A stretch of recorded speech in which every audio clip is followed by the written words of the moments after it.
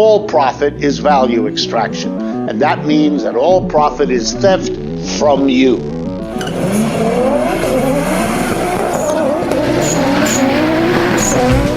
Corporate America is on welfare, and we've got to get them off welfare.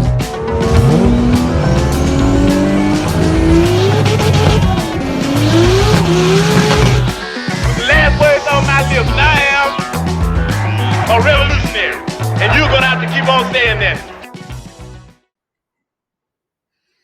Hello, and welcome to Cars and Comrades, the leftist car podcast.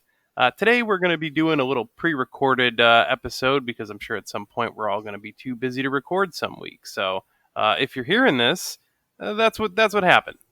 Anyway, today we're going to be kind of just having a little discussion about various car trends that we all kind of hate, sort of our pet peeves in the car scene. So should be hopefully a little bit fun.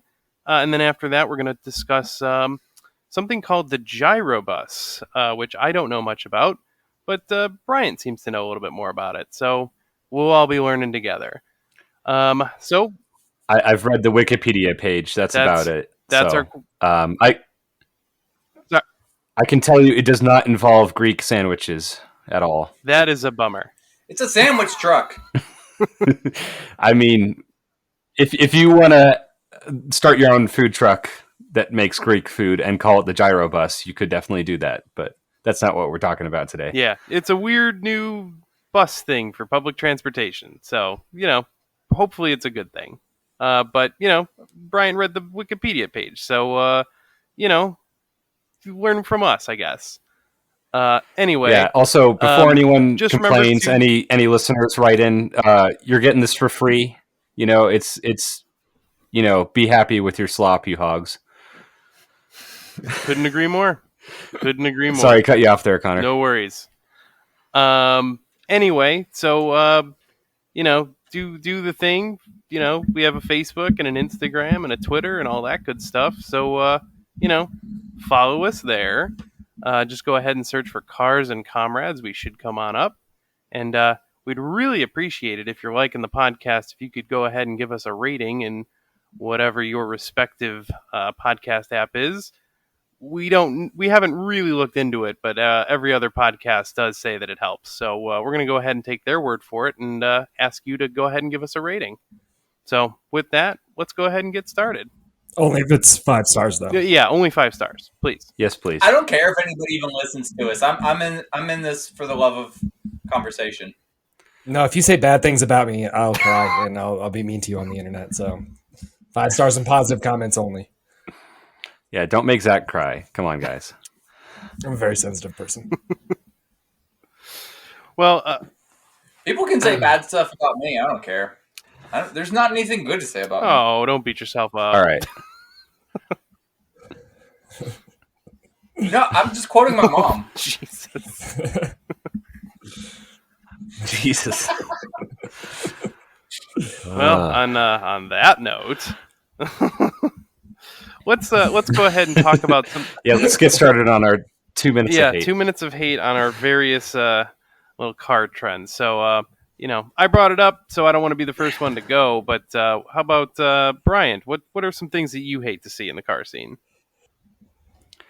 Well, one thing that really bothers me is brodozers, dudes with lifted. Oh, it's always dudes with lifted, usually diesel pickups that roll coal and have giant monster truck tires and pass you on the right shoulder and cut you off and Yes. Why are they all such aggressive drink drivers? lots of Monster Energy drinks.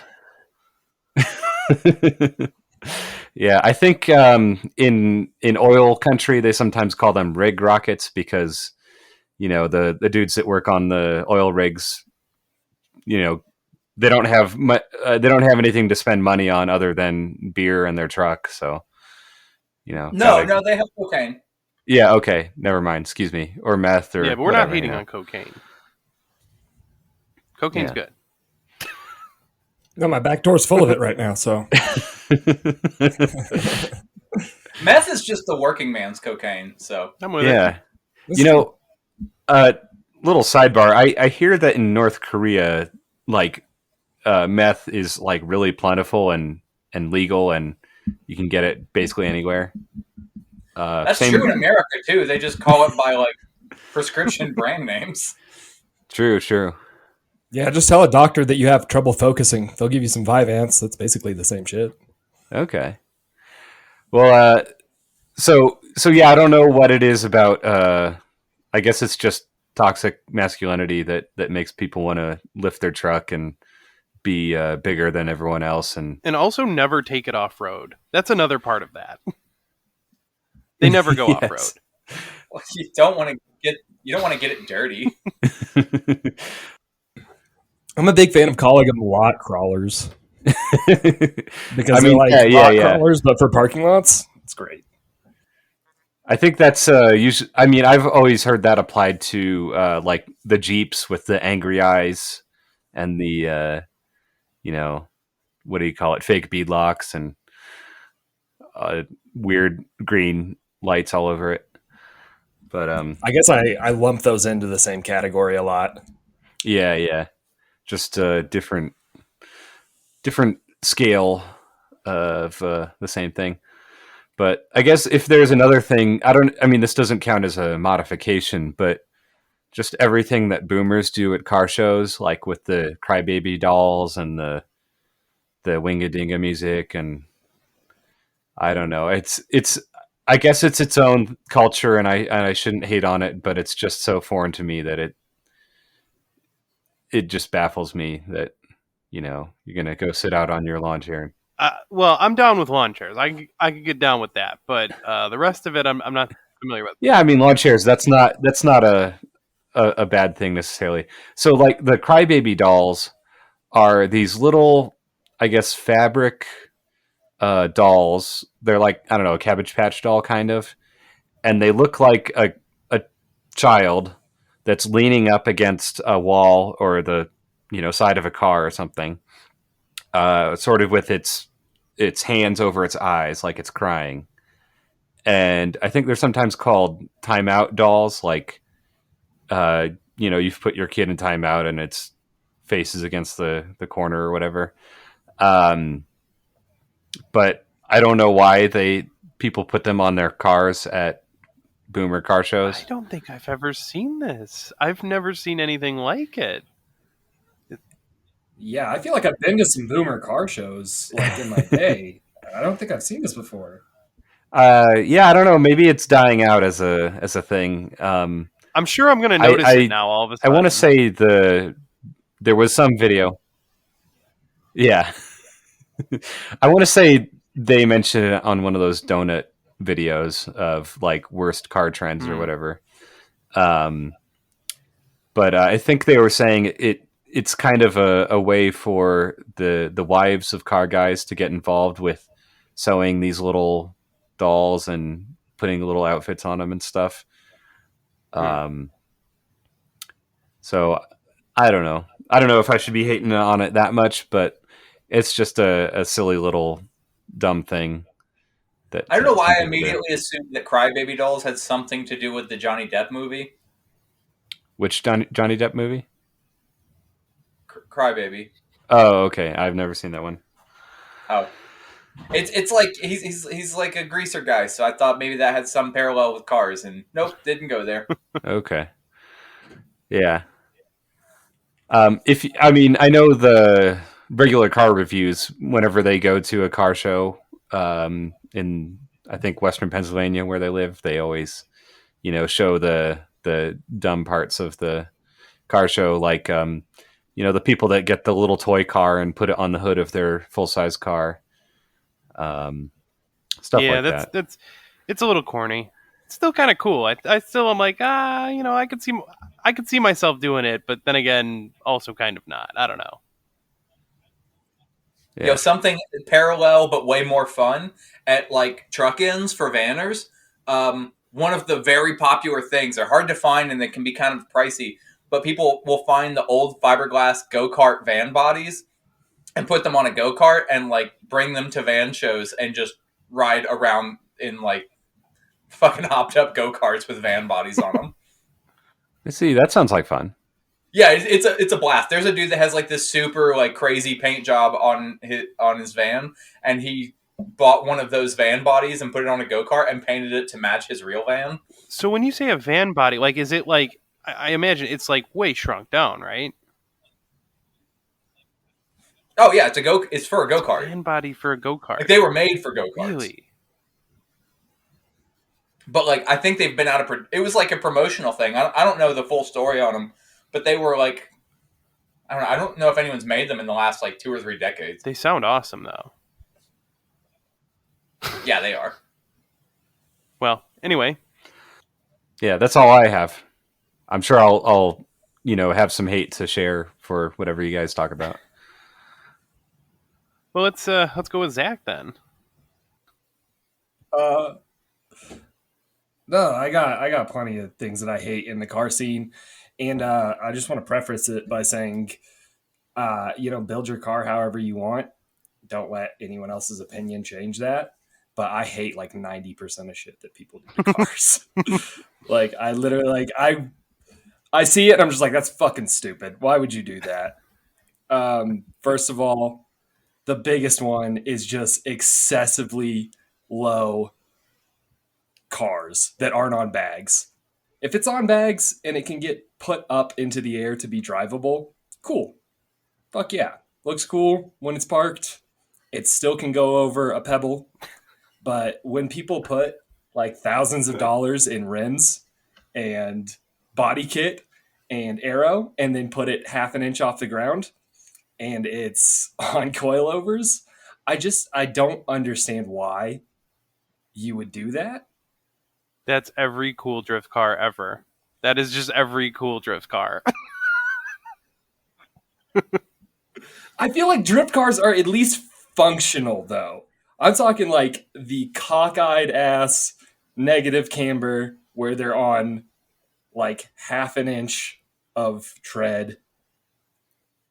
I like it when you throw in the extra shit sandwich of like they just somehow get tires that are 3 sizes too small onto the heavily cambered rims. Oh my god, the excessive stretch on the tires, where the sidewall is basically flat. It has no vertical sideness to the sidewall.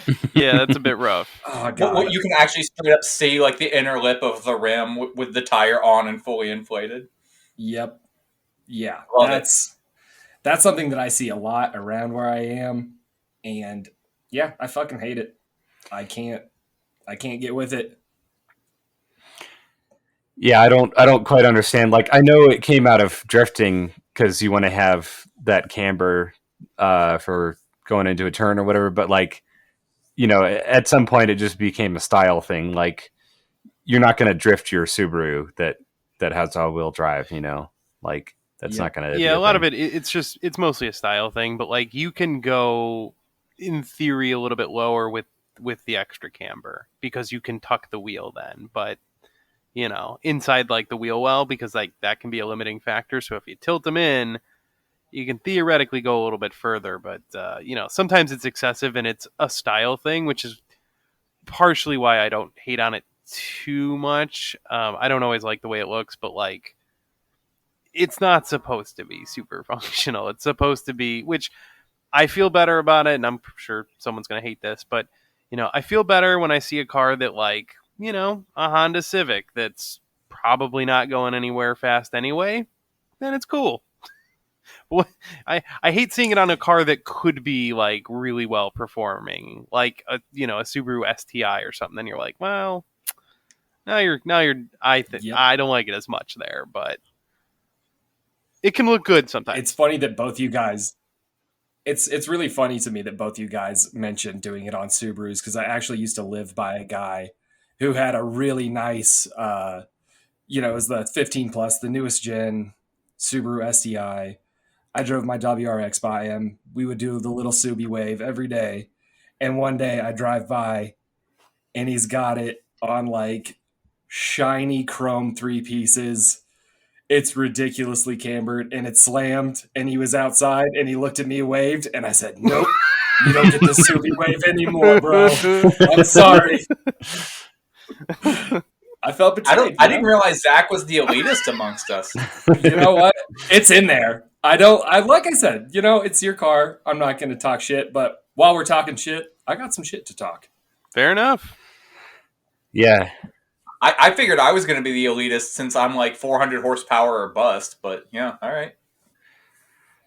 Yeah, I when I was shopping for my Subaru, I looked at a different Subaru that was pretty heavily modified and on coilovers and all that kind of stuff, and it was in pretty good shape. It was pretty well done. Everything was, but like it had like basically straight through exhaust with no cats or mufflers and a lot of camber. And I told the guy, like, I mean, this is pretty nice, but I would probably take most of this stuff back to stock, at least the alignment and some of the exhaust. So I'm not like shooting fireballs out the exhaust and wearing out the tires real quick. No, fireballs are cool, but though. maybe, yeah. Yeah, but not when you got to pass emissions. You can pass without a catalytic converter, though. Don't ask me how I know. Okay. Yes, all of our cars are legal and inspected and pass emissions and paid registration. Shh. For legal, the only car I have that's legal, it's because it was an accident. No, that's not a joke. My Cutlass has antique plates on it, and when you have antique plates, you get to like bypass a lot of inspections and shit. Because I don't get anything inspected for any reason.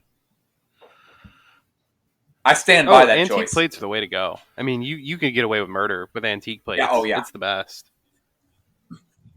They limit how many miles you can drive in a year, but it's easy to get around. You just disconnect your odometer. Beautiful. And like, frankly, who's checking that? Like, is someone actually inspecting? Like, we have the last number at 111,000, and you're only supposed to go 5K, and it's at 117. So, we checked. Like, is someone actually inspecting that? I don't know. In theory, maybe. I don't know. Well, Yeah. not Either way. Clearly not well enough that it's a problem. Dude, I straight up forgot to register my van last year, and then in February, I was like, I think my registration for my van is due up. And when I looked it up, I was like, it's been expired for 13 months. Hey, if it works, it works. Nice. Yeah, I saved $40. Hey, nothing is illegal if you don't get caught, so you're good. I feel like that's not true. I don't think that's how the law works, really. I mean, how does the law know if you never get caught? It's sort of like a, what do you call it? Quantum superposition sort of thing. There you go. Exactly. If a tree falls in the woods and there's no one around to hear it, did it actually even fall? Yes, exactly. Yep. If you break the law and no one's around to catch you, what are you guilty of? Being cool. Hell yeah. If I have a superpower, it's that the police can't see me. Oh. Because one day I tested it because I kept doing illegal shit, not realizing that there was a cop like behind me or in the other part of the intersection or something. So it resulted in me like visibly texting while driving and running red lights with a cop behind me and flipping the cop off, etc., in a vehicle that is visibly not safe to be on the road. I think you just surpassed the point of like worth it to him. He's just like, that dude's fucking crazy. Not worth my time. He's got nothing to lose. Leave him alone. Oh, dude, like in real life, I look like a crazy person. So there's been a lot of speculation that they're just like, no, my shift's almost over. Fuck this. Hey, that's a fair like defense tactic, I think. Yeah, I think that's how like all those sovereign citizen wackos get away with it. That's the secret. It's just be more trouble than you're worth. Yeah. Yep. Exactly. I mean, being white probably helps too. Yeah, Definitely. Yeah, like, but I'm not the like. I'm not okay. I acknowledge that that's a thing, but I'm not the kind of white that gets away with shit. Like, I know that white privilege is a real thing, but like, It's kind of like how when you go to the trailer park and like dude's got like 3 teeth left in his head, and the cops are still gonna fuck with him because he's visibly fucking white trash. Like, I'm not quite there, but I'm not too far off. Yeah, you got at least 4 teeth, right? I got all my teeth, but like there's like 6 broken down motorcycles in front of my house. That's a joke. There's 4. It just kept getting better.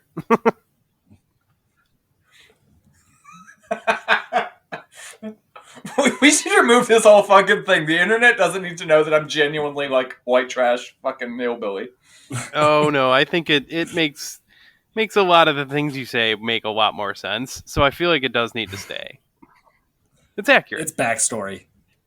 Plus, Yeah. you'll say it on another episode anyway. Yeah, I actually don't give a shit. So there you have it. For better or worse, I'll just do whatever the fuck I want and somehow get away with it. Yo, I literally haven't had a moving violation in 16, 17 years. Yeah, that is crazy to me. And I've done burnouts in front of cops.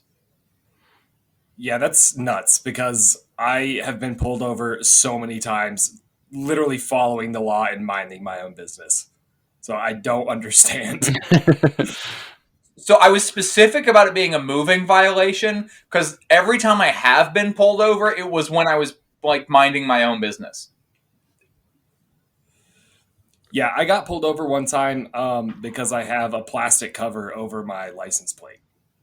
And I was told that that was illegal. And then after that, when I questioned it, he said, oh, well, technically your exhaust is illegal too. And I said, why is it illegal? And he's like, because any exhaust modification is against the law.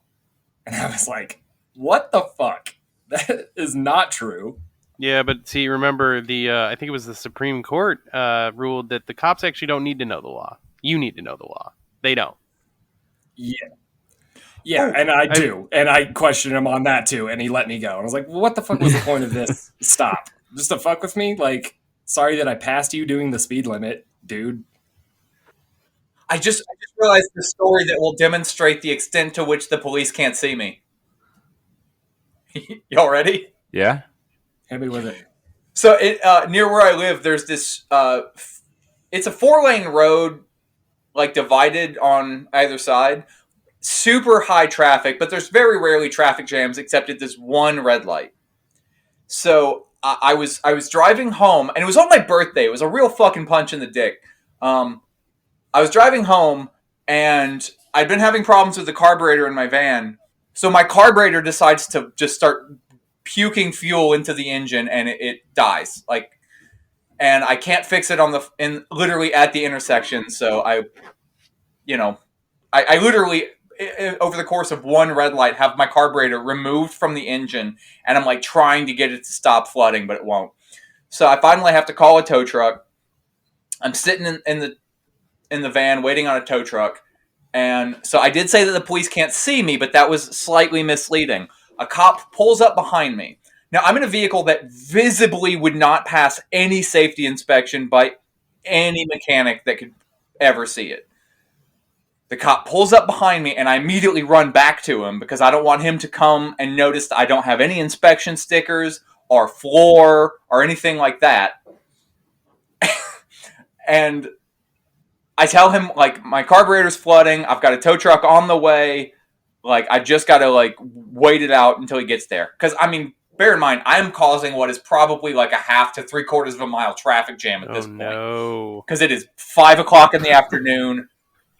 Busy road.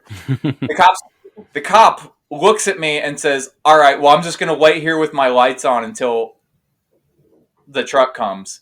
And I'm like, okay, that seems easy. I'm going to go back in my van and wait. Tow truck comes, picks me up, takes me home. I didn't realize, because I broke down on my birthday, my license was expired. And I just didn't even have insurance on the van because my auto payment thing had fucked up and they hadn't billed me in 3 months.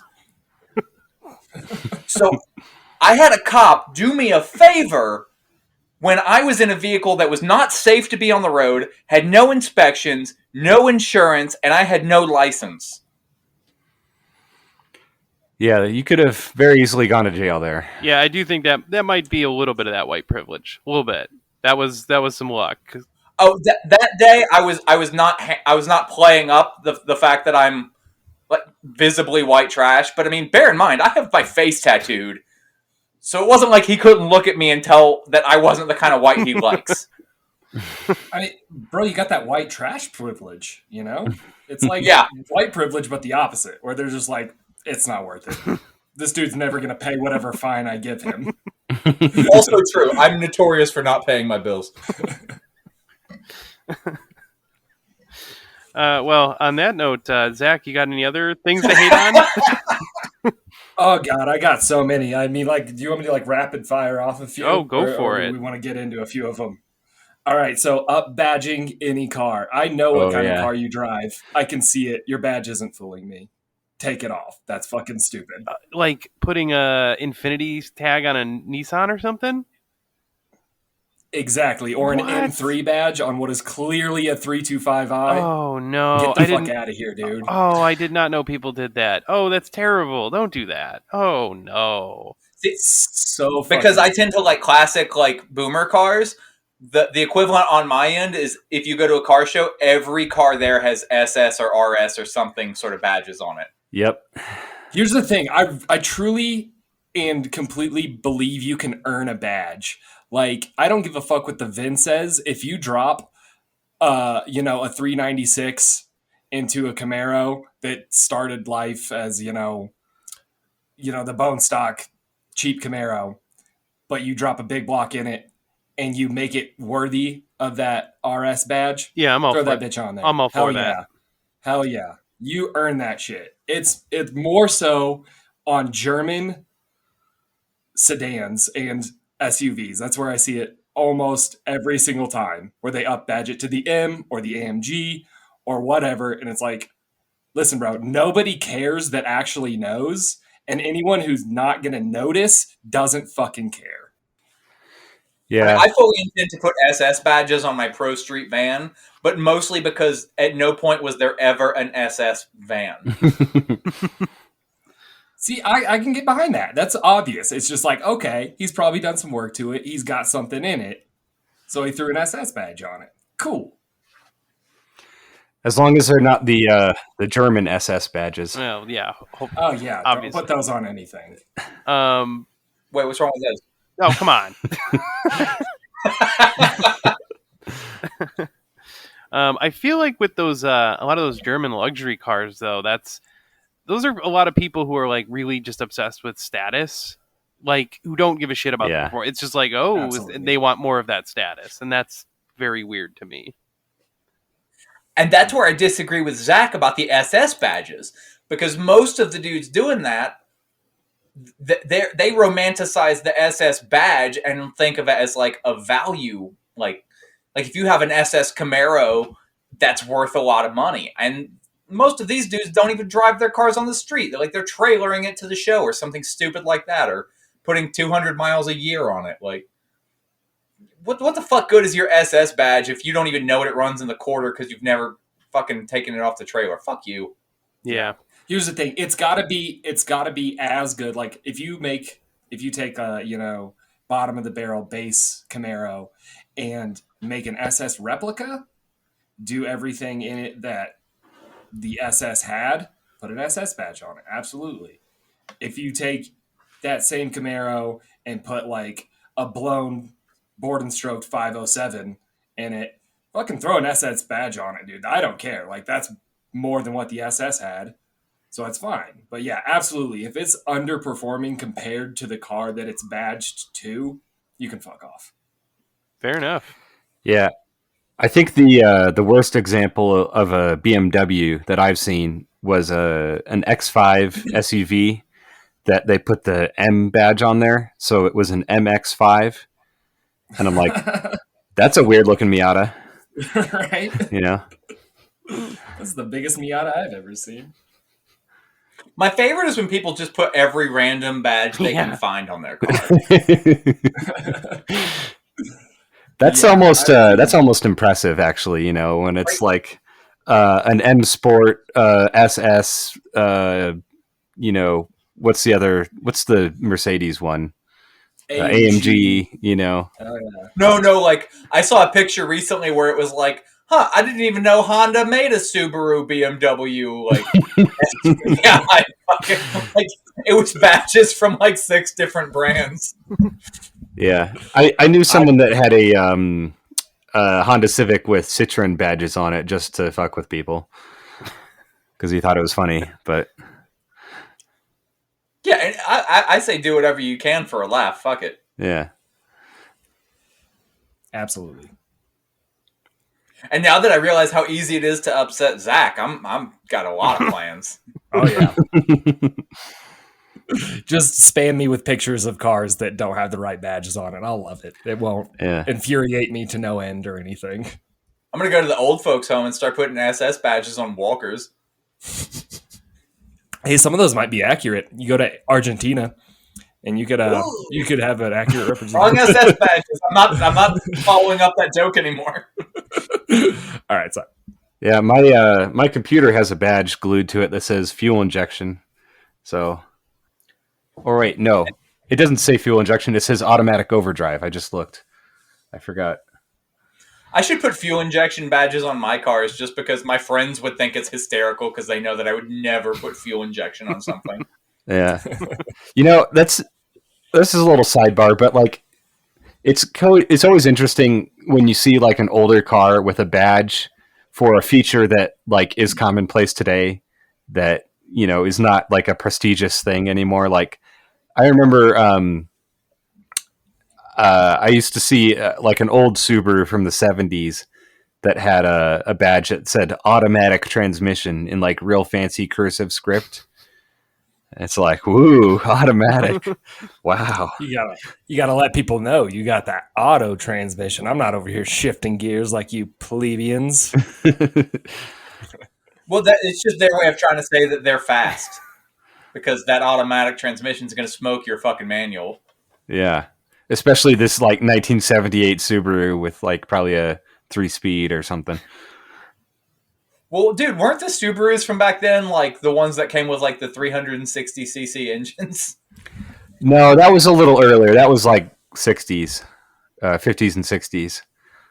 They by the late 70s they had the boxer engines and front wheel drive and everything. I think at least into the early 70s they still had 360s because they made a van version of the Subaru 360. Yeah. So that's the only thing I know about any Subarus. There was someone in Lemons, 24 Hours of Lemons, that was going to race a 360 coupe with a motorcycle engine in it until the organizers said basically, no, that's terribly unsafe. Please don't race this. And they made a rule basically for that car that you couldn't have the wheelbase under a certain number. I think it's like 110 inches or something like that. Or Sounds like a bunch of buzzkills to me.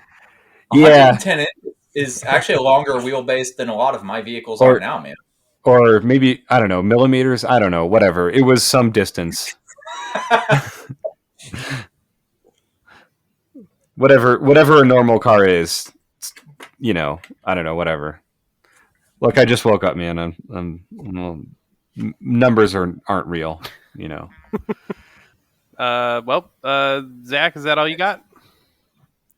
I got plenty more, but let's move on. I'll let other people talk shit about the shit that they ate. All right, let's go to Brandon then. Are you sure? I'm pretty sure. Should I not be? Oh, I don't know. I got a lot of I firmly take the approach of like do whatever to your car makes you happy. I'm excited whenever somebody like enjoys their car and does something that makes the road a little bit more of a fun place to be. But that being said, I hate all of it. Nice. I don't think this has ever gone on recording. So you guys are familiar with this. Fuck Lexus. Just the entire company? whatever automotive, like, I don't know if you want to consider it a trend. I would like to think that the concept of a Lexus is a trend that's going to be over soon, but just fuck everyone that drives a Lexus. Nobody ever drives a Lexus, and then I see them do something where I think to myself, yeah, that was the right thing to do in that situation. It's always coming to a dead stop at the end of a fucking on-ramp, or not using your turn signal to plow into me, or something stupid like that. We dipped pretty good into to hating on a lot of modern trucks, so I'm not going to get too much into that. But obviously, if you've got, like, dude, I go to fucking Home Depot like 4 times a week because that's who I am as a person, and like, these people need like a fucking step truck just to load sheets of fucking drywall and stuff into the bed of their truck because of their 8-inch lift kit and mud tires. Like, fuck you. You didn't need to spend $80,000 on a work truck that it doesn't work for work. Fuck you. It's like that comparison where it's like fake rednecks versus real rednecks. Yes. And the fake real rednecks are still rocking square bodies because they know how to keep them on the road. Hell yeah. Yep. They got an And that's old where Yoder. An old you Toyota fucking- pickup. Oh, yeah, dude. Great. No, it's so funny. Like, when I see an S10 at the parking lot in Home Depot, I can tell that person probably actually, like, works. Oh, yeah. Exactly. Especially if it's got like some pink house paint splashed all over one of the fenders, you know. Yeah, when I see somebody with, like, an F350 on a lift kit with whatever fucking crazy diesel engine making 900 pound-feet of torque, and they're like, you know, I don't know. I don't even know the right way to slander that fucking vehicle, but it's just dog shit. It's useless. And no, it's wildly useful, but just not for anything that person is using it for. Yeah, they tow a boat or motorhome like 2 weekends a year, and then the rest of the time they just commute to work with this like 8,000-pound vehicle. Yeah. So I'm not like, okay, well, I'm not going to harp on the trucks too much more, except there's one specific trend, and I feel like because I live in Western Pennsylvania, maybe I see it more than you. I don't know how widespread this is. Low-profile off-road tires. Yeah. Do you know what I'm talking about? Yes, absolutely. With every fiber of my fucking being, fuck those people. You have created something that rides like dog shit and is useless for its intended purpose. Fuck you. It fits perfectly on your $80,000 truck, and I hope it blows up and you die. Allegedly. Now, Brandon, hold on. So the low-profile off-road tires, which is almost should be just an oxymoron anyway. Are you talking about the ones that are like on these like on the fancy looking like almost that JDM style 3-piece wheels where they got like the deep dish and everything? Or is this something entirely different? No, I think that's like, it's okay. So it's usually on a lifted $70,000, $80,000 pickup, and they have like 20 or 22-inch rims or something. And normally, like, I don't know if they're 3-piece rims. I don't know if they're actually 3-piece or not, but like they have that style. Yeah, okay. But then like the tire has like an inch and a half of actual fucking tire outside of the rim, but then with like mud tread. Yeah. And it's just like, it's just this flamboyant way to announce the world that you suck. I agree. I couldn't agree more. Shockingly, this very week, I got cut off by a lifted Jeep Wrangler that had like, well, it didn't use a turn signal to cut me off, if I need to clarify that. But it had like powder coated everything on its undercarriage so that like its shocks matched its diff cover and stuff like that. And the wheels hung out from the body, like they didn't have fender flares or anything. The wheels hung out from the body a solid 4 or 5 inches. Oh, gross. I don't even hate that. But like, it was low profile. It was enormous rims and low profile off-road tires. And I wanted to rear end him because it would cause like $6 worth of damage to me and like $20,000 to him. Yeah, I want to know who invented low profile off road tires. Like, whoever had this idea. I mean, they probably made lots of money, but also, like, why? Why would you, come up with this idea? Oh yeah, that's I don't know if y'all remember the quote unquote musician Bubba Sparks, but if Bubba Sparks was a wheel, it would be that. damn. I don't know. I don't know who that is. Yeah, I mean, Booty, booty, booty, booty, Oh rocking yeah, there you go. everywhere. Yep. He was That's a white Bubba Sparks. rapper whose whole thing was like, I'm a rapper, but I'm also a hillbilly. Whoa. And it just sucks shit in the way that like those dudes, like it's always some asshole who listens to like pop country and like whatever white rapper he can find is overtly racist, but also like is more than happy to steal trends from black culture. So you like basically have the lifted pickup equivalent of a donk for somebody who's racist as shit. And then if they ever think about looking at a fucking like mud trail, they're gonna get a flat and destroy it. Their $1,500 rim. I genuinely hate low profile off road tires with every fiber of my fucking being. Yeah. No, that's fair. They deserve it. I have a whole list here that I prepared for this. Next on the list is Lexus again. I don't hate Lexus as much as low profile off road tires, but enough to mention them again. Noted. Okay, I feel like you hate Lexus. I think we talked about this one time, but you hate Lexus because someone is paying way too much for a Toyota Camry, essentially. That is one reason. Acting like an asshole in it, like they're king shit of shit mountain, and they're better than everyone else on the road. Is that a fair assessment? The roads of shit mountain, yes. Dude, because everyone I've ever known that was super pumped on their Lexus was just the most petty bourgeoisie, like barely making enough money to consider themselves bourgeoisie, but very proud of their like moderate luxury car. Well, I think this is a good time. Totally understand that. I feel like this is a really good time to get some good conflict on the podcast because me and Zach were talking about, Zach was looking into the Lexus GS 300 for a fun car. Discuss.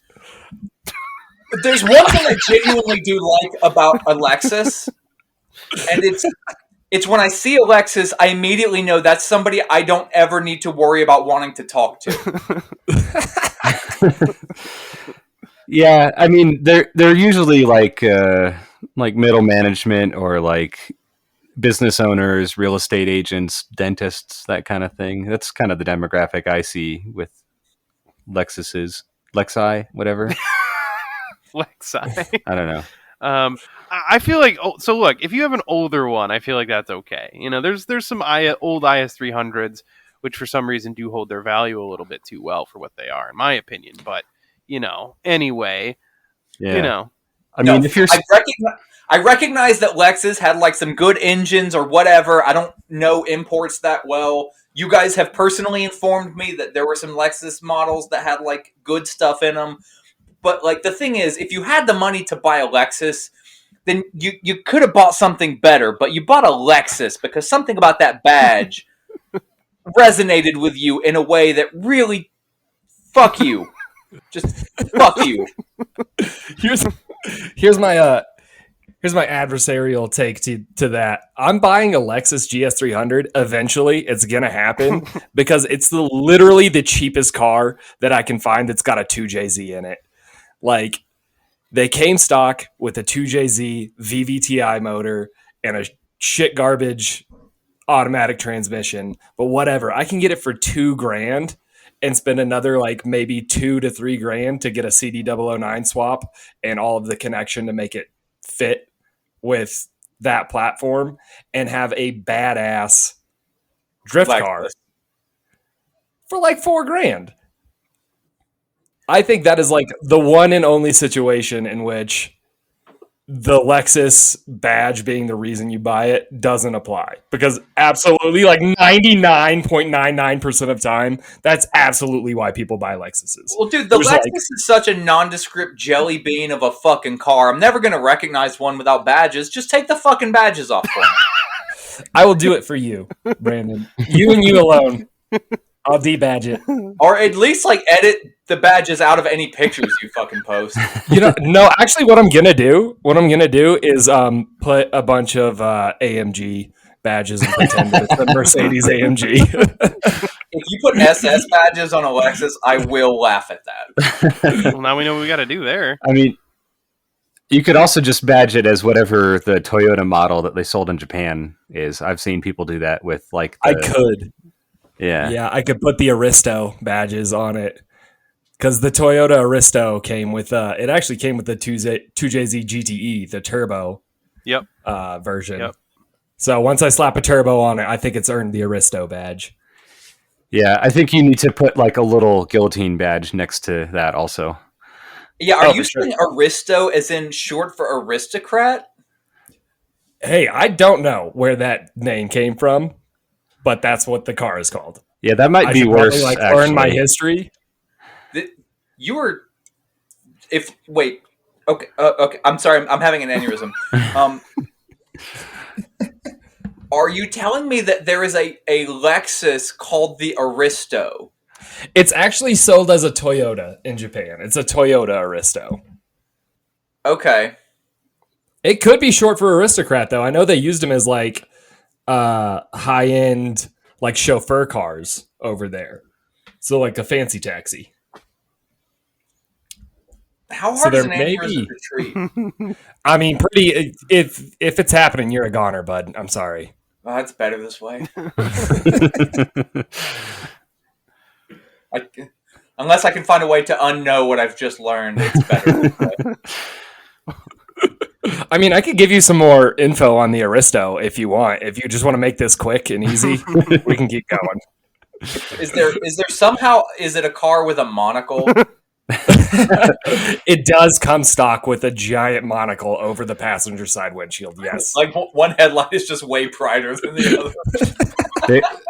There was actually a Lemons car. Someone got an old, what was it, Rolls Royce, and put a monocle and I think a top hat on it. How did they get an old Rolls Royce for $500? I think it like came with no motor and trans, and they put like a Chevy 350 in it or something like that. Okay, that's but kinda cool. I mean, it's not like it was gonna win the race. It's Well, of course, 5,000 pounds pounds or not. something. Yeah, no, so. no. It was going to lose, if anything. But Yeah. So it was really just it was just scenery. Really, it was just a rolling sculpture. it's awesome. Okay, I'm almost done with my list. Should I keep Yep, going? go for it. Sure. Okay, I'm going to be real brief on this because I don't want to come across like a prick.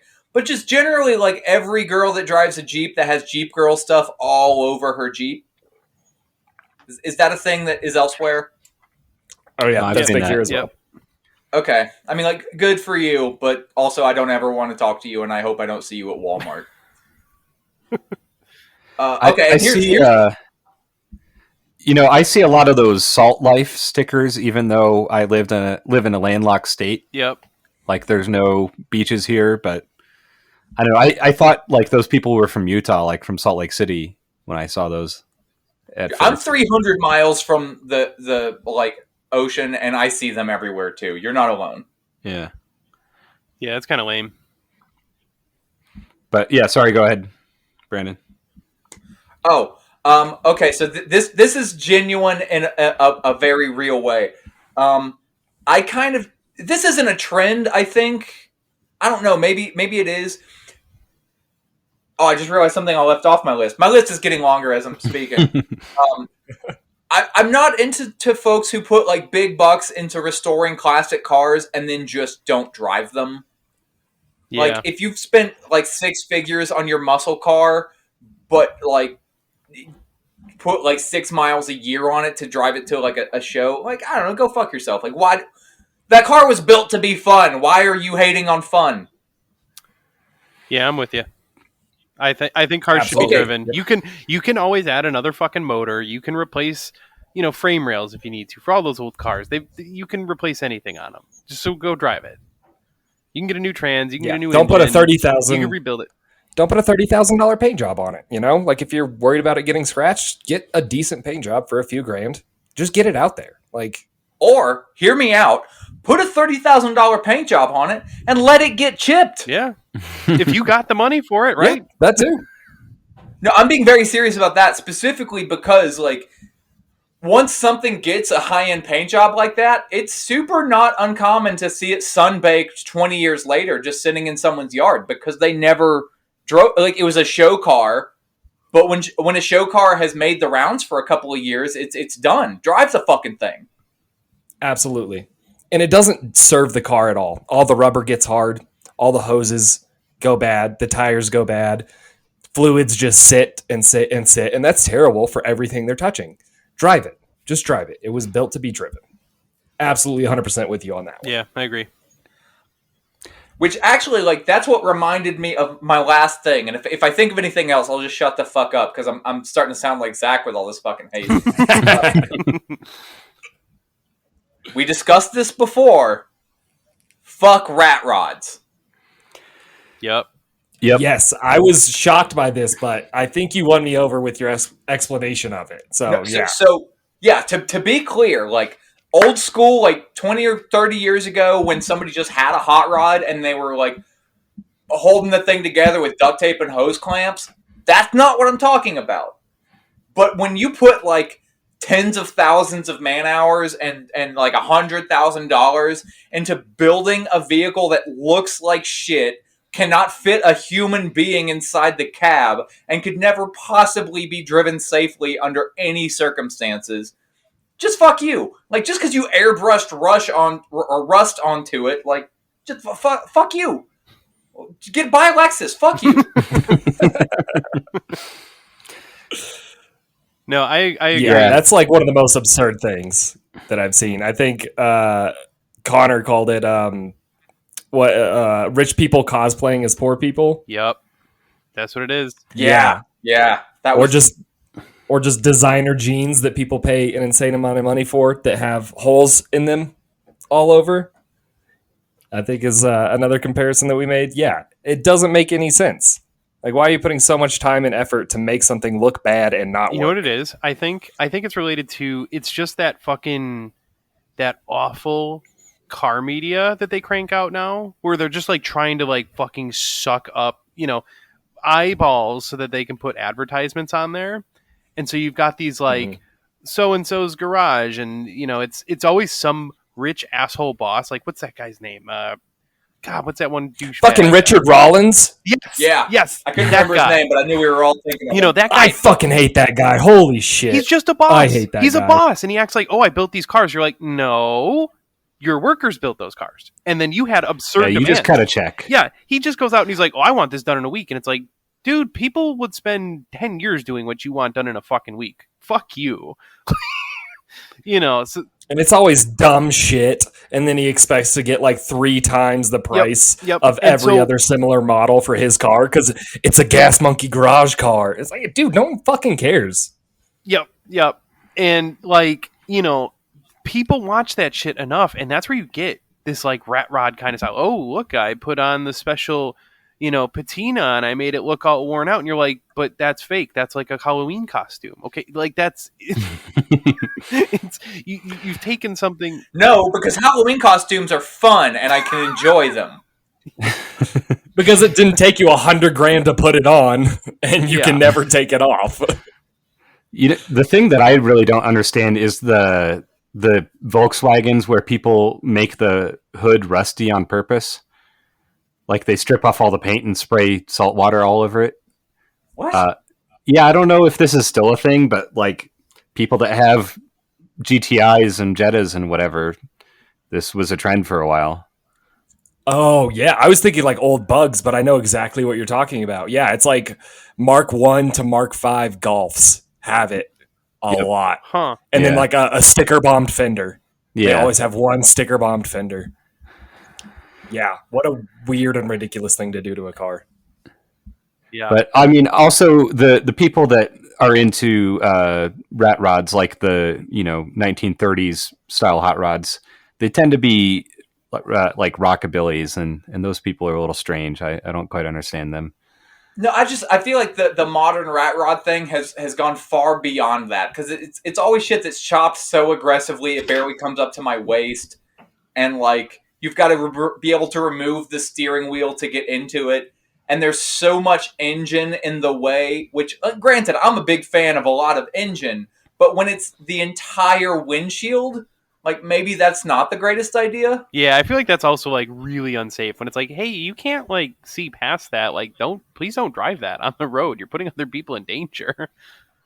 Like your blind spot is the entire, like, all the way around the vehicle except for this narrow window directly in front of you. But like the thing is, like, that's not the point. Those things were never built to be driven. And that goes back to the like whole like trailer queen kind of thing where you spent so much time and money on this thing that is just gonna rot somewhere. And good, because fuck it. That makes me think of I forget what it was called, but there was one of those custom cars built in the '60s by like that what's his Roth guy, Big Daddy Roth or something, one of those kind Yeah. of guys that ended up just being stuck in front of like a strip club in Tijuana or something, and just rotting out, outside, getting full of trash and stuff, and then someone found it and is like, "Oh, holy shit! This is I think it was called a Mysterion or something like that. One of those He did bubble." all sorts of great cars, man. Yeah, and someone eventually restored it, but it was just sitting out there rotting away, not being driven or anything. Of course, you can't really drive those bubble top cars. They're kind of terrible. I don't understand your reasoning. I mean, they're built as show cars, but like they have those big, plexiglass bubbles on top, where I know like what you're talking about. I don't understand your reasoning why you can't drive them. just because it's uncomfortable and real hot in the summer, no ventilation really. But Hey, I drove a 62 Ford Falcon that didn't have AC and none of the windows rolled down. That was hot as shit. I still drove it. okay, I had the mid-engine van that just pumped heat into the cab all summer. I'm just not as cool as you guys, I guess. No, you're probably much cooler. I was sweating my balls off. I was not cool at all. I was sweating and I was just trying to get to work or whatever I was doing at the time. Like it was a necessity, but that's what I like about actual old school rat rods was you cobbled it together with just whatever you had laying around, because that's what you had to do to get to work the next day or whatever. Yeah, and I do kind of like some of that aesthetic where they're like using an old camshaft as like the front bumper, that kind of thing. It is kind of inventive, but like you said, people take it to its extremes, and then it's no longer a car; it's just a sculpture, basically. I feel like a lot of things that are like sort of niche like that, like rat rods, reach a critical mass of popularity where a certain group of people gets their hands on it that has money and can do whatever they want to it, and it becomes artificial. And I think it happens with a lot of different things and a lot of different like cultures where it just becomes popular enough that it's no longer about what it was to begin with. It just becomes about looking like the thing that started it, looking like those old rat rods. It's when people don't realize that money is not a substitute for style. Yeah. Absolutely. Yep. Yeah. No, I agree. Well, Brandon, does that round out your list then? For now? Because I'm trying to not like go into cardiac arrest, I'll just stop there. Fair enough. Well, I've got a couple myself. So I was going to go ahead and hate on the trucks as well, the lifted trucks on the fancy deep dish wheels, but I think we hit that topic pretty thoroughly. So seems like universal hate here. Dude, there's not enough hate for them. Have at it. I mean, Yeah, I forgot to mention fake bead locks. I definitely wanted to get that out there. If you have fake bead locks on your car, like that's fucking I literally stupid. didn't even know that they made fake bead locks. That's no fun. That's very lame. Yeah, very uncool. Yeah, not a big fan of that style of truck. I just don't think that style looks good. It's like, low profile off road tires might be cool if they like looked cool with it, but they don't. Trucks aren't like sleek and sporty, and they're not really works of art. So when you lift them and put them on fancy wheels, it like doesn't. It looks, I don't know. It's a hunk of shit. I'm sorry. It doesn't look cool. It doesn't perform well. There's nothing cool about it. It's just you have way too much money and no taste, which I think those oftentimes do go hand in hand, unfortunately. So, yep, pretty universal hate here. But I did also, I've noticed recently, and I see it a lot on like Instagram and whatnot. This new trend that I am super against. Paint jobs are like vinyl wraps that split the car down the middle lengthwise. I am not about it at all. I haven't seen that. Yeah, I don't think I've ever seen that before. Oh my god, it's the worst. I do see it on Instagram a ton. So like it'll be like, oh, half the car is white, and then on the other side, it's like this awful camo wrap or something, and it splits it down like right down the front bumper, the middle of the hood, the roof, everything, and it's just all the way back. It is split in half, and I think it is the worst look. Now, don't ask me why it works, but like you can split a car down the middle the other way, like and make it look okay. Like have the front one way and then have the back look different, and you can have that split look. It can be a slash across the side. It can be feathered in, whatever. That can look cool. But the lengthwise split, I don't know if I've ever seen that either, to be honest. I mean, you'll see a lot of like professional race cars can do stuff like that. Like, they'll have, the back will be, okay. So you can get away with that. The lengthwise split, if it's got like sort of a diagonal line split. Yeah. Okay. Yeah. See, that works. Lengthwise does not work at all, and I see it all the time, and it kind of drives me nuts because it's just like there's no way to make this look good. Like, there's no world in which. Wait, are you talking split left, right, or top bottom? I'm talking left, right. Yeah, top bottom's okay. Okay, yeah, okay, that's what I thought. Top bottom is okay as well. But yeah, this like left right split, not acceptable to me. Like it's and it's always the way when I see it, it's always like some goofy ass pattern on one side too. So like it looks super busy on half the car, and then the other half is like usually something simpler. But it's abrasive when you look at it, and you see it on like a lot of Insta famous cars. You know what I'm saying? Like those accounts are like they've got 15 to 20,000 followers, and you're just like, why in this ugly piece of shit? Why? So, yes, that has been.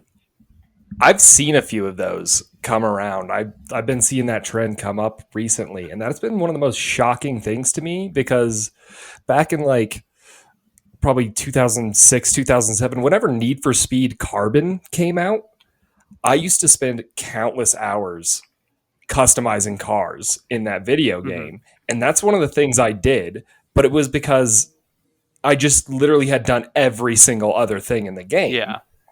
And I was just like, how can I make something that's different? And I would split cars like that and make one side one color and one side the other. Yeah. And it looked kind of cool to me as a 14-year-old boy. Seeing them now, it's just like, what the fuck? People are doing that in real life now. Yes, and as I've matured, I realize that looks like dog shit. Well, that was when you were 14. How much have you matured in the last, 2 years? I mean, at least a little bit. I recently got my driver's license, which is great. Whatever, I'm 30-something, and I recently got my driver's license. Back or for the first time? It was half a joke, but if we're being serious, back. Not because I lost it, it just expires, and then I don't get a new one. I also didn't have a motorcycle license for the first 5 or 6 years I was riding a motorcycle. Yeah, it's kind of understandable. Yeah. I mean, that's like the minorest of offenses on your rap sheet right now, it sounds like. Yeah, I'm making myself seem like a criminal. It's more just that I don't respect the law. Yeah, that's fair. Laws are usually arbitrary and stupid, many of them. Yeah. Like numbers. Like numbers, yes. All right, so the other thing I was going to hate on, this one's a little bit simpler, but I'm pretty sure everyone will know what I'm talking about. The modern Mopars, specifically, leaving the fucking... Already hate it. Oh, good to know. Yeah, when they leave the stupid lip guards on, those yellow fucking... It's Oh, no, Yes. I think that's funny. Yes. Oh, God. take them off. Just take them off. Like, it's the garbage. It's like, I don't like... I can't even think of what to compare it to. It's like, I don't... Like, you don't leave the film on the screen of the TV you buy. Yes, exactly. I don't leave the sticker Fact. on my when I buy clothes. I don't leave the fucking tag on them. Like, take it off.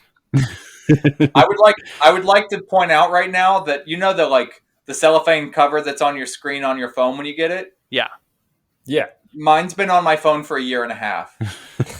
See, that can have some use, some like protective value or something. But like, people are leaving it on clearly as like a style statement, and I think they literally think that the lip is yellow in those. Like, they think that's how the car is supposed to look.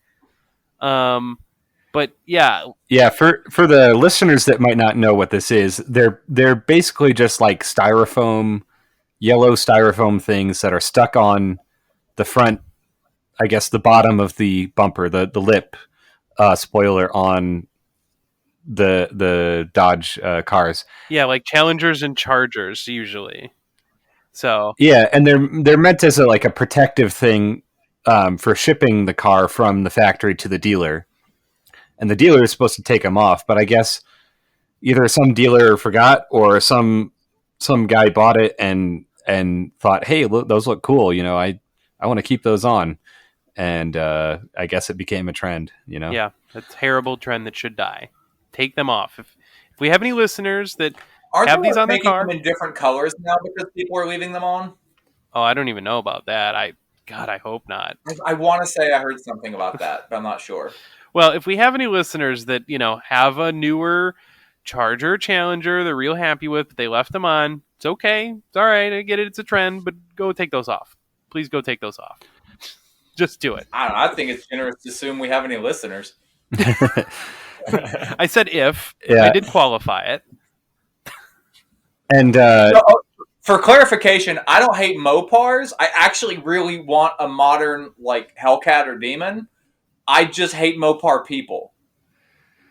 I feel like that's yeah, fair. definitely. We might have talked about this before, but there was I think when the first Hellcat was sold in Colorado, it was wrecked into a ditch about 30 minutes later. Yep. So, Well, yeah, because a lot of people don't actually know what to do with 700 horsepower. yep. Which, by the way, they're measuring at the crank. Yeah. I mean, Yeah, so grow up. It's not even that much. Jeez. I think you're being sarcastic, but that is the point that I was making. I was kind of being sarcastic a little bit, but also I'm a little serious. And bear in mind, I want my van to be 1,000 horsepower at the wheel. That's a good start. Yeah, that'll be good. and I know one guy who has a Checker Marathon taxi cab, like an old New York City taxi. And he just put some yellow duct tape on the front bumper because he thought it looked funny. Yeah. Oh, that's good. Love it. Yeah, and then so the other the last thing I kind of wanted to hate on a little bit. This may be an unpopular opinion, because I know. No, I hate Lexuses too. No, this is one that everybody loves that I see constantly on Instagram. It's the newest cool trend, and admittedly, I thought it was it's kind of cool. It looks interesting, but I've now come to hate it. I see way too much of it. I'm talking about the intakes or exhausts or other metal bits that are made from welding on 800 fucking pieces together to make a turn. So like, you know what I'm talking about, where it's like you'll have Oh yeah. Pie cuts. yes, the pie Yeah. cuts. Fucking, I've had enough of it. I just Well, that can be very functional. I'm okay. Well, maybe I could be Like- convinced. What's the function there? Depending, like if you're fabricating stuff, like let's say you don't have all of the like mandrel bent tubing that you need, or you're having to do bends that you can't get mandrel bent tubing for. In my experience, realistic, like when you do all those crazy pie cuts and weld it all up, I see a lot of people post pictures of it welded, but you should be polishing the welds back down when you're done. Yeah. Like you don't have to, but it looks weird otherwise. But yeah, no, using the pie cuts can just be to get the radius that you're looking for. I mean, I would also like to add that technically, by a small margin, mandrel bending a pipe will decrease the interior diameter of that pipe, whereas pie cuts maintain the same inner diameter through the bend. So you Yeah. are technically creating a very small bottleneck in the intake or exhaust by mandrel bending it. I don't know how much it is. Maybe it's not enough to make a difference, but I don't it think is it's there. drastic, but you are technically correct. I always thought that the pie cut thing was more just people who know how to weld showing off their I welds. feel like that's which kind of what the sense that I get. Like it kind of looks cool. I know how to weld, and I show off my welds, so I'm not gonna fucking shit on that. Well, that's all right. That's fair. But I've seen it so much now that I'm just like, I don't think I like it. I mean, I feel like it doesn't take that many welds to make a pipe bend the way you want. Again, it's sure. I'm sure there's like you can have a little bit more control over the exact radius of the bend that way. But I'm just personally kind of not into it. I think it kind of at first, like I said, I thought it looked kind of cool, but I don't know. I feel like it shouldn't take 8 hours to make an intake tube or whatever. Just seems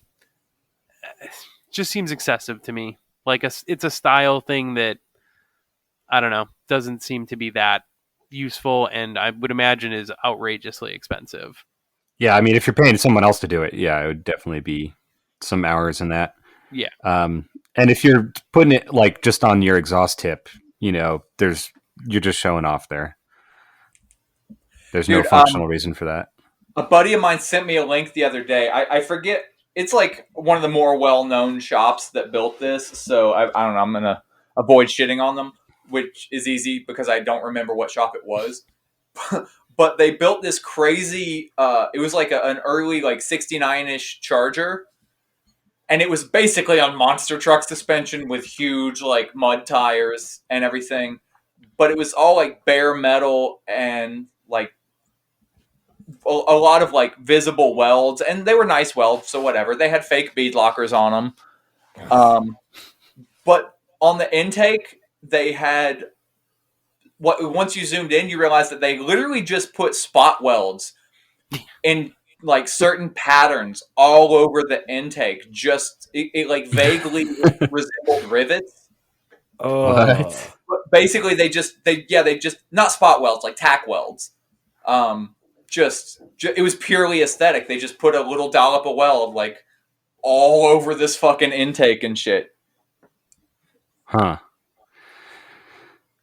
Yeah, I've seen Lame. like that's like steampunk basically. You're just putting fake Yeah, rivets on it for style. Might as well glue some gears on there too. Dude, like the car was it was basically redneck steampunk. I actually described it to my buddy as if Disturbed was a car, not a band. Yes. Can we just shit on Disturbed for a while? That's fine with me. I hate them too. Well, I said if a regular 69 Charger is Judas Priest, then that 69 Charger is Disturbed. Well, anyway, I mean that's pretty much all I've got to hate on for now. I'm sure there'll be more later if we ever talk about it again. But that's what I got right now. That's what's been bugging me scrolling through Instagram when I look at it and I go, "Fucking God." Yeah, I think that's a good level of hate for now. Yeah, I think I would agree. Oh, charging extra for patina. Yes. Like this Yeah, car. not a selling point. Yeah, okay. Like when a truck's been sitting in a yard in the Southwest for 20 years, and so somehow it's worth more because the paint's bad. Yeah. Yeah, it's a problem. Yeah, It's I a mean, thing. I know people that just leave their cars outside and that happens, but Yeah, you're talking to one. I don't like rat rods. My cars just look like shit because I drive them and they salt the roads here. It don't matter if you win by an inch or a mile. Winning's winning. This growing dysfunction is built into an economic structure that institutionalizes barbarism.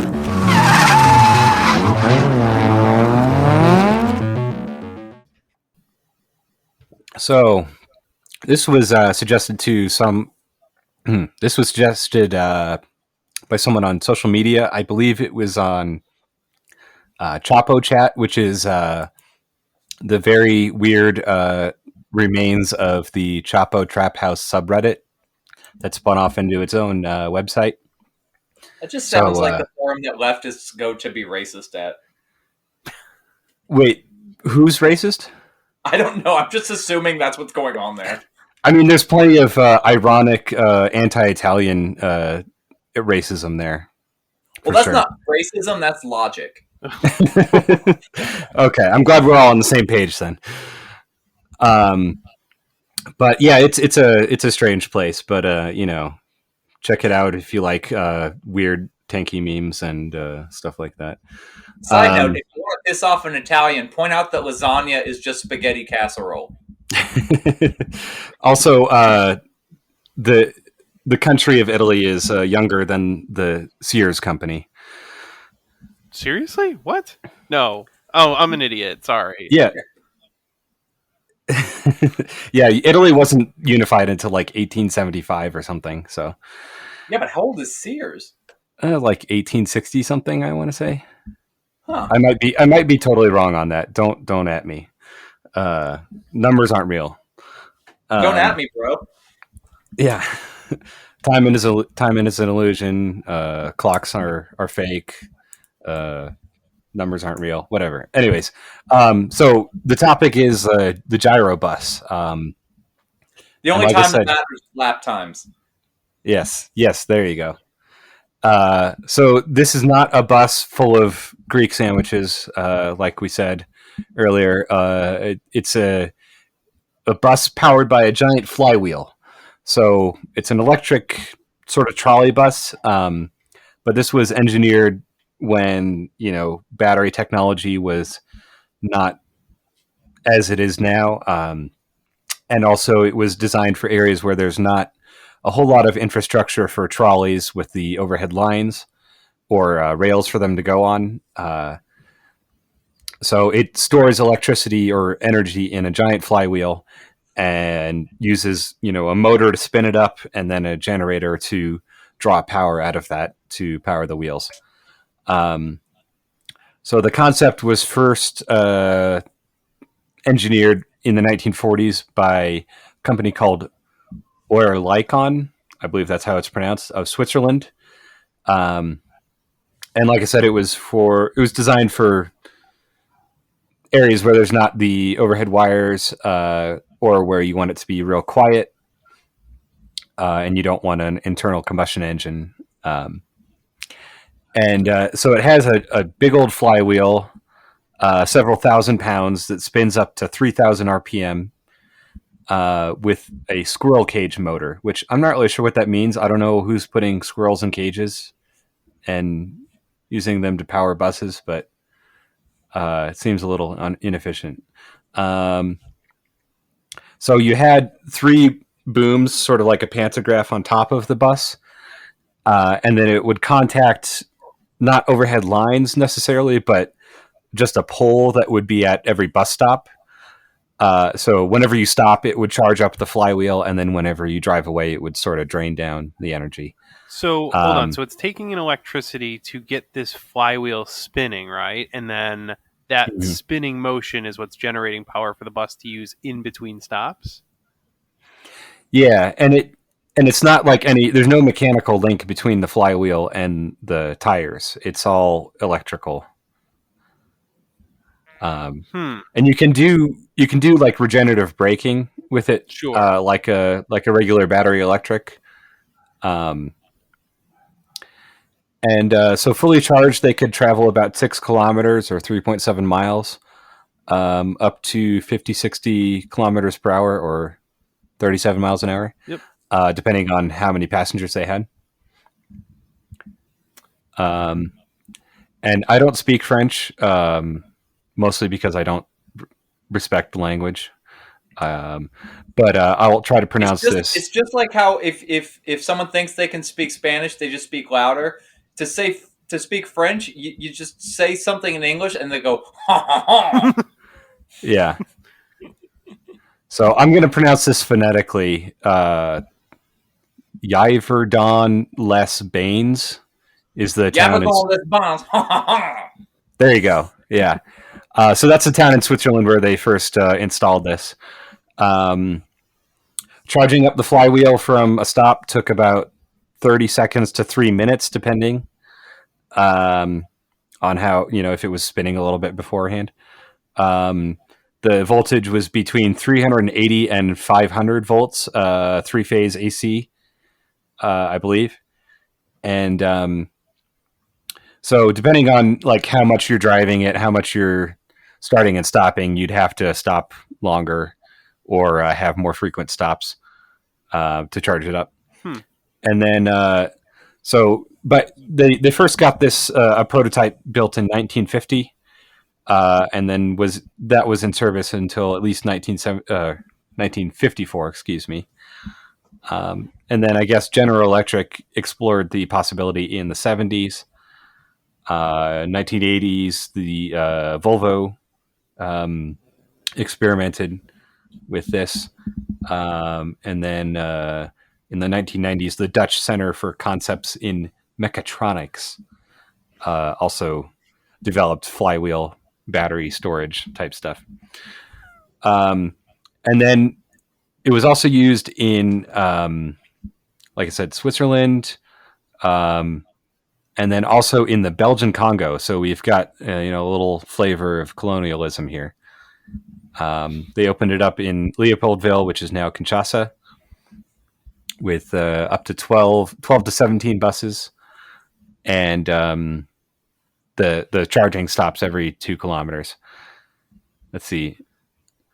So does it get into anywhere like? Does it kind of go through like what advantages this setup might have? Because it does seem like a lot of extra steps for, like, if this flywheel is generating power, so it's charging, spinning a flywheel, which then charges, which then gives electricity to electric motors, I assume, that control the wheels. Why not just have the charging directly charge the motors that power the wheel? Like, why wouldn't you just charge a battery or whatever?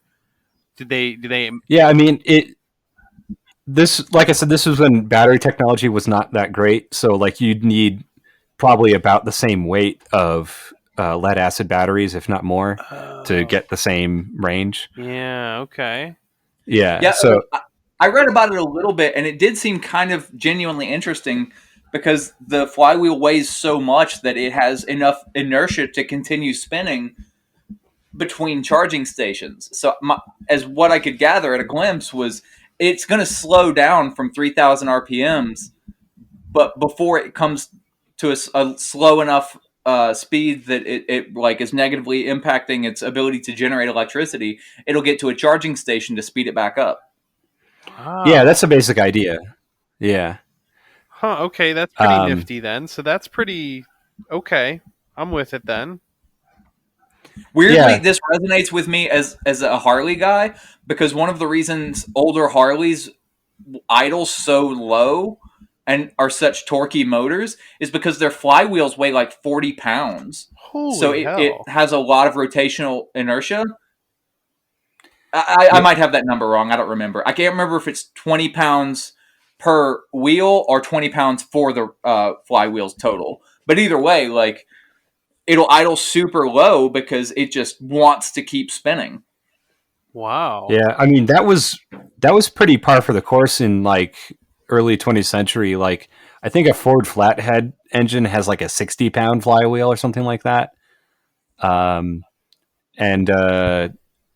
my one friend had an old Dodge truck with the flathead straight six, and that flywheel was probably at least 50, 60 pounds, something like that. But Wow. Yeah, I forget the actual physics terms for it, but it just there's so much inertia like stored in it that it'll just keep fucking spinning. Yeah, rotational inertia. Yeah. Okay, that was the right term. Yeah. Incidentally, it's not good if you want to rev fast. No. Right. Yeah. So you're cutting down on your power because you can't get up to those high revs as easy. And it's kind of like what we were talking with big heavy wheels. Like if you have 20-inch wheels that weigh 40 pounds each or whatever, it's gonna give you worse mileage because you're having to spin up those wheels every time you start from a stop. Not to mention you've got all that unsprung weight. It's going to handle like shit, Yeah. or ride like shit at least. Yeah. See, it's just heavy flywheels like obviously do have their place. I'm of course putting a lighter flywheel in my car, to rev faster, especially in between clutch kicks. And because I don't want my revs to hang.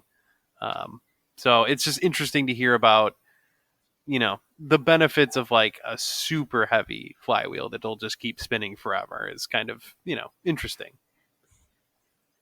Yeah, I mean it's pretty much the only benefit of a flywheel is on an engine at least is if you're keeping it at the same revs basically constantly. So like if you have like a stationary generator type engine, that's when you'd want a big heavy flywheel. Or if you really like the sound of a really chunky low idle, they're good for that. Yeah. There you go. Or if you have like a weird ass firing order like a Harley engine, I don't know if you can even have a weird firing order on a 2-cylinder engine. Well, I just mean that they're not as smooth as like a parallel twin as far as the power delivery and everything. So that you'd want a bigger flywheel to sort of smooth that out.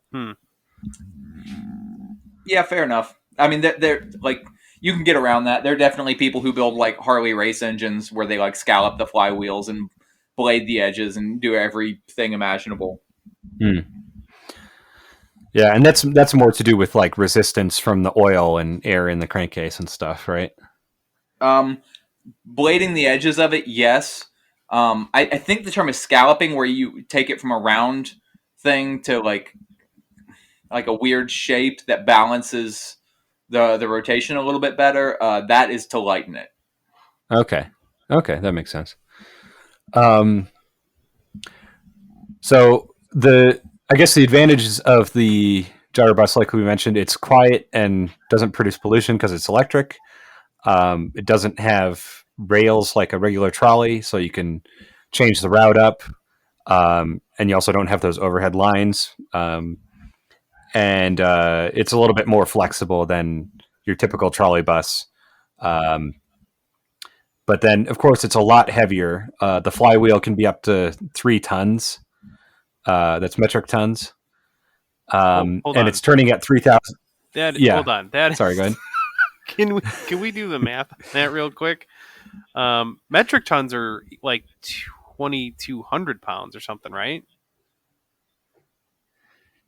Yeah, so that's about 3 1/3 whatever American tons. So 6,600 pounds. Yeah. How many shit tons is that? It's at least one. Yeah. Yeah, so that's like a spinning car. Actually, that's like a spinning. That's like a spinning Dodge car specifically. Yes, you've got an entire truck in the middle of your bus spinning around at 3,000 RPM. So wait, where? That's incredibly fast. Where does this for that amount of weight? Where does this flywheel sit? It's right in the middle of the the bus. Okay, all right. So it's about as wide as the bus is. Okay, so there's got to be like a front section and a back section. Yeah, I mean, if you look at the Wikipedia page for it, like there's a little place where you can walk over it. So it's like it's set into the floor, but then there's a big sort of doghouse in the middle with all the mechanical stuff with the motor generator, or whatever it is, that takes up some of the passenger space. Gotcha. Okay. And then, so since it's going at 3,000 RPM and it's as wide as the bus, at the edges it's going 560 miles an hour. So you got to have like some pretty good shock mounts and bearings and stuff, or else, like, if something goes wrong, this thing's gonna, run into the housing and cause some real havoc. And that was one of the main reasons why they stopped using these, is because it wasn't reliable enough. The bearings kept failing, or it would rattle itself apart. Just driving really, something on roads that weighs 7,000 pounds and is spinning at 3,000 RPMs wears out bearings. Yeah, I mean, especially if you're like driving on roads with potholes and stuff. Frankly, I'm surprised. Another problem is you get gyroscopic effects. So, a spinning gyroscope resists changes in orientation. That's like, I don't know, some spaceships or satellites, instead of having the little rockets to orient themselves, they have gyroscopes that they can twist around to change the orientation of the spaceship or satellite.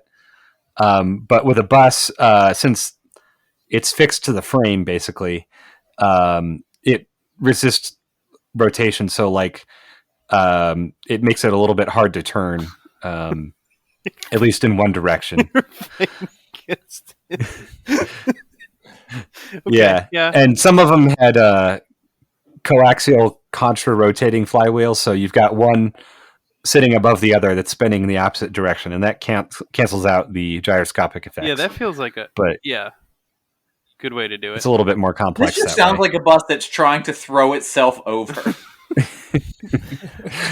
Yeah. Now, I don't know if the article or the Wikipedia page mentions this at all, but I could see a problem with like how long this thing can run before needing a charge. And I don't know if it causes them to all be on time all the time, or like if one screws up, you could be in real trouble because then the next one can't charge. And it's only got a very small window in which it can do that. So like if everything's smooth, this could be the like most on time public transportation out there. But I feel like it could really, if you don't have it set up just right, you could find yourself in trouble pretty quick. Yeah, and I guess if you run out of charge like right before the stop, it's like, all right, everyone get out and push, But like these were like 11 ton or 12 American ton vehicles, but they could carry up to 90 passengers. So if 90, gotta, yeah, they're pretty good size ones. Some of them. Looks like. Okay, that's impressive. Yeah, and I guess they weren't all that efficient. They would suck down a good chunk of energy. It says 3.4 kilowatt hours per kilometer, which I'm not really sure what that translates to. But they ended up replacing with just regular diesel buses because it was too much hassle. Replacing all these bearings all the time and stuff. Yeah, it does sound like it was probably using kind of a lot of power, too, which that can quickly defeat the whole not putting emissions out. It's like, well, if it generates enough power that the power generation puts out more emissions than like diesel, you might have a little bit of a problem.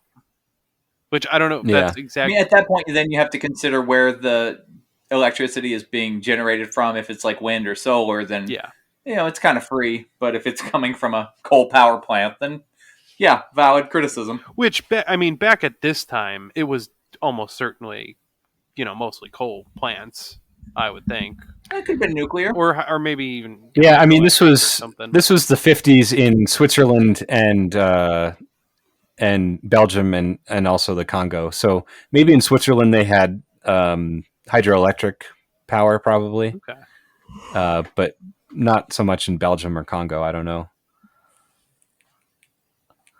But and I just remembered there was someone that did something similar with a bicycle a while ago. I'll see if I can find the video for that. But he basically took a flywheel out of a car and mounted it in the middle of the frame with some bearings, and then had I want to say the company's called New Vinci that makes these CVT bicycle transmissions, sort of like I'm not sure what mechanism they use, but it's supposed to be infinitely variable, so you can change the gear ratio. And he had it set up in such a way that you could kind of use it as a battery, but it was all mechanical with this transmission. So you could be pedaling at such and such speed, and it would spin up the flywheel, and then you could use it as a stored energy to pull away from a stop also. Oh, that's cool. So I don't know. Maybe there's it's interesting. Yeah, maybe there's some usefulness. They're overcomplicating the bicycle. Yeah, and also like, if you have trouble pulling away from a stop with a bicycle, like, I don't know, maybe just, I don't know, get a motorcycle or something. Yeah. I don't know. I think I'd like get a lower gear. I'd like to see this in action. I'd like to see what this could do. That seems interesting. Yeah. Yeah. So I think most of there's some people doing exploring stationary flywheels for power storage. I'm sorry. What is a stationary flywheel? That seems. I mean, it's not on a vehicle. It's just sitting on the ground, but it's spinning. Okay. I was about to be like, well, the stationary is not really being used as a flywheel. Okay. Yeah. I don't know. Maybe there's a better way to phrase that. I don't know. But it makes sense for stationary power storage. Yeah, sure. Instead of, big piles of lithium batteries or whatever. A lot cheaper. But yeah, that's all I have on that. Okay. Well, I mean, interesting. And perhaps, who knows what'll happen? I don't know what the future will look like, because I think we sometimes live in just a parody universe. I feel like, lithium ion batteries have their real environmental problems. Who knows? Maybe we'll go back to flywheels to some extent. I'm sure it'll look better than it did in the 50s, but who knows? Flywheels could have something to offer. I don't know. I'm not putting my money on it. I mean, yeah, I wouldn't bet money on it, but who knows?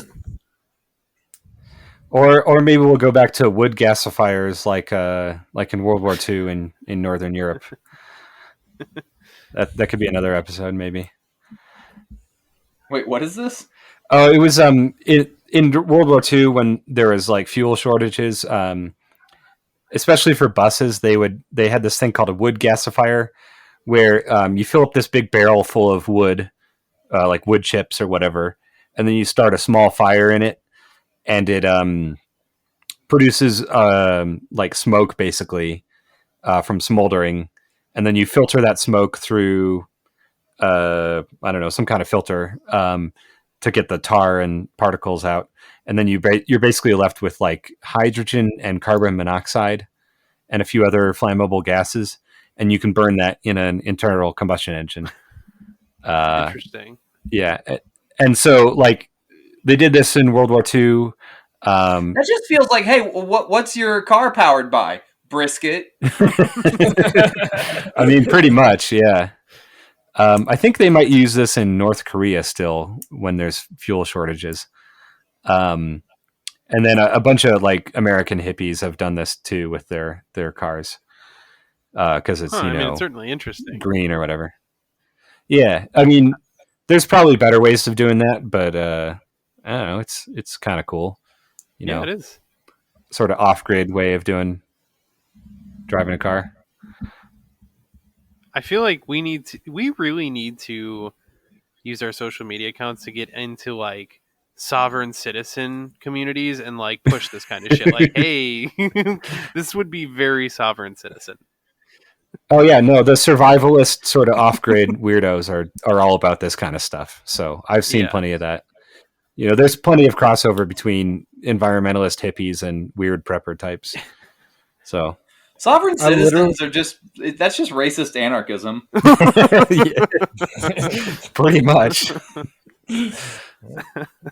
I saw a post the other day of some girl who was like, "Hey, the commies can't get us if we all move to a farm together." And I was like, "All right, yeah, start a commune to own the communists. That's fucking great. I'm for it." Yeah, I'm about it. Except the problem is that's just gonna be racist communism. Yeah, it's gonna be Right. that's gonna turn into a compound. Yeah. Yeah, that'll go from a commune to a compound real quick. Well, now we know the formula for a compound. It's one part communism, one part racism. I did The worst compound there is. I did hear something about Nazis trying to make some sort of compound in the UP of Michigan. I forget where exactly, but like it's the whole reasoning was they're like, well, it's already very white here, and like we could all just like go to the same place and be Nazis together. And I was like, oh Jesus, these fucking people. Yeah. I feel like they were trying to do that in Idaho or I feel like somewhere they in the succeeded. Northwest also. They succeeded in Idaho, as far as I can tell. Yeah. Idaho is one big Nazi compound. Dude, Pretty Upper much. Peninsula, Michigan is. Bear in mind, I'm from the South. I grew up 5 minutes from Alabama. Upper Peninsula in Michigan is the most white trash, like redneck fucking place I've ever been in my life. Yeah, I only went to the I met UP someone from once. the UP once. Sorry, I was just gonna say. Sorry, go ahead. I've only been to the UP once, and it was to visit a friend of mine at his college because he went to college up there, and we visited in like, God, I don't remember. I think it was fall or spring or something, where in Chicago, but up there it was just like it was like snowstorms, and it was however many degrees below zero, and I hated it, and I was like, this place fucking sucks. It was way too cold. Yeah. Yeah, those people only get like 6 days of summer. Yeah, it's pretty bad. And it's all full of mosquitoes, probably. The closest I've been is Mackinac Island, but that's close enough. Yeah. I just remember being on a highway and there were people just riding their four-wheelers down the highway. Nice. I'm like, granted, that's awesome, but probably like a typically redneck thing to do. Like if that was just normal behavior, then Yeah, rednecks are kind of universal to geography. They're all over. Oh yeah, no, I know. But there's this one guy that my dad used to work with from the UP, and he said that growing up, I think in the 70s or 80s, they once drove 400 miles just to go to McDonald's. Whoa. Because that was their idea of a cool big city thing to do. Wow. Okay. Boy, how Yeah. times have changed. Yeah, and he said, he'd buy like, 20 hamburgers and put them in a cooler and save them for home. They weren't good when you bought them. They're not going to be good when you get home. Yeah. Different I just time. saw on the Wikipedia page. There's something I missed. There was in 2005 there was someone developing a Gyrobus in Germany, in Dresden, but it used a combination of a flywheel and a hydrogen fuel cell to power it. So it looks like the flywheel was only for regenerative braking, basically, and the fuel cell was the main source. So that's pretty clever. At that point, I start to wonder why you don't just use like actually modern technologies that seem to work fine. Yeah, but good question. I would say I'm sure there's some sort of reason, except that's rarely the case. I mean, possibly. It doesn't say. It could have been that mechanical system with the CVT that I was talking about, but like I said, it doesn't say. And I want to say, I might be wrong on this, but I think there was a concept that Porsche had, I don't know, maybe 5 years ago or something, that had a flywheel in the like passenger seat footwell. That would it was part of like a hybrid system. That was their energy storage setup, but I might be wrong on that.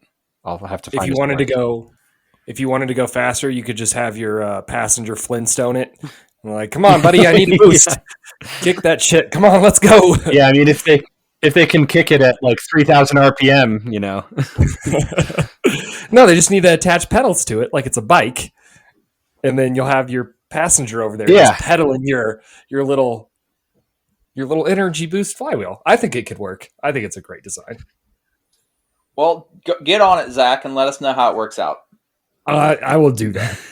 That's an idea. You know, that makes me think you could have like a pedal powered supercharger for your car too. So to, you know, just boost it by pedaling. I think this is a good idea. I think we should pursue this. I'm for it. I'll drive, you pedal.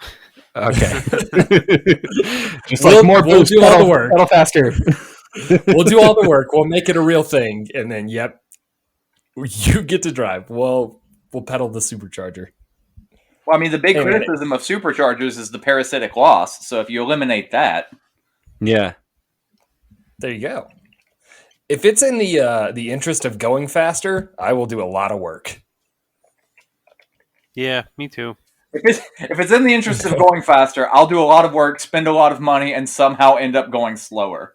Feels accurate. Yeah, that's literally like the car nerd's curse right there. All right. Well, anything else before I stop recording here? I've said what I need to say. I was just gonna, Actually, no. There is one more thing I need to add before the end of this. Fuck Lexus. All right. I just hate them so much.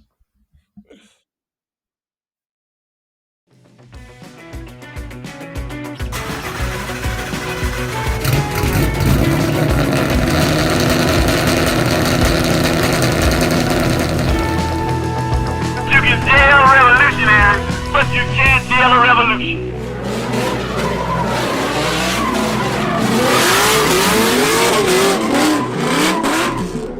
All profit is value extraction, and that means that all profit is theft from you. 2 JCNs, no shit.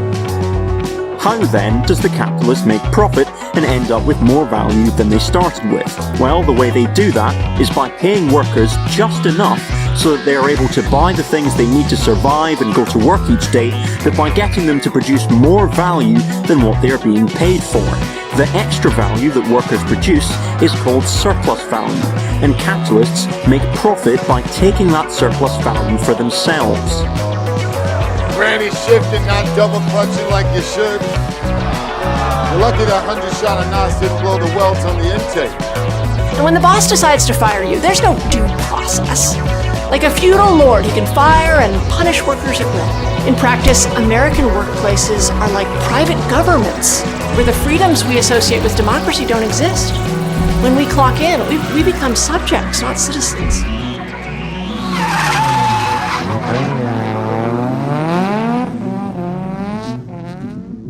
What are you smiling about? Dude, I almost had you.